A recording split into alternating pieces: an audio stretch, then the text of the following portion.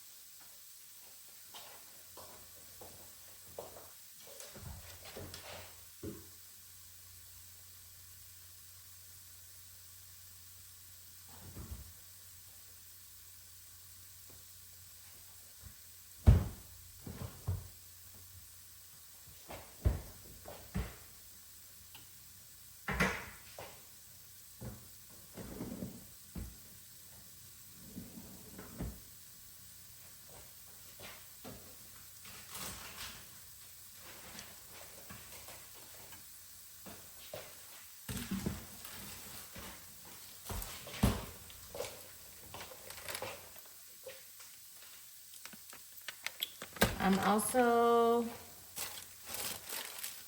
so I have some carb balance tortilla shells, and I want to say these are the burrito, these are the fajita size. That's where it says it, fajita size carb balance shells. So you can also get the, I don't know, they're different sizes, and these are like the medium size, because the smaller than this is the street taco size.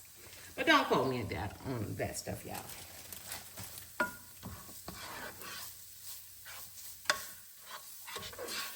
So once your meat is brown, you season it to your liking. And then when I make my enchiladas, I always just add a little just plain old taco seasoning. This is the same taco seasoning that would be in the packages, in the envelopes. But I buy this because it is more economical, i.e. cheaper.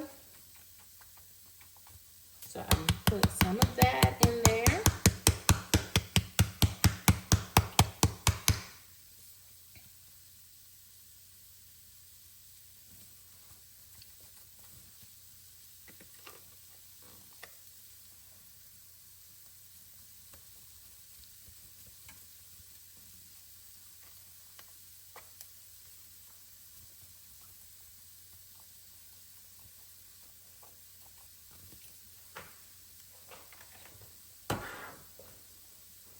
I'm gonna put a taste of water in there with that.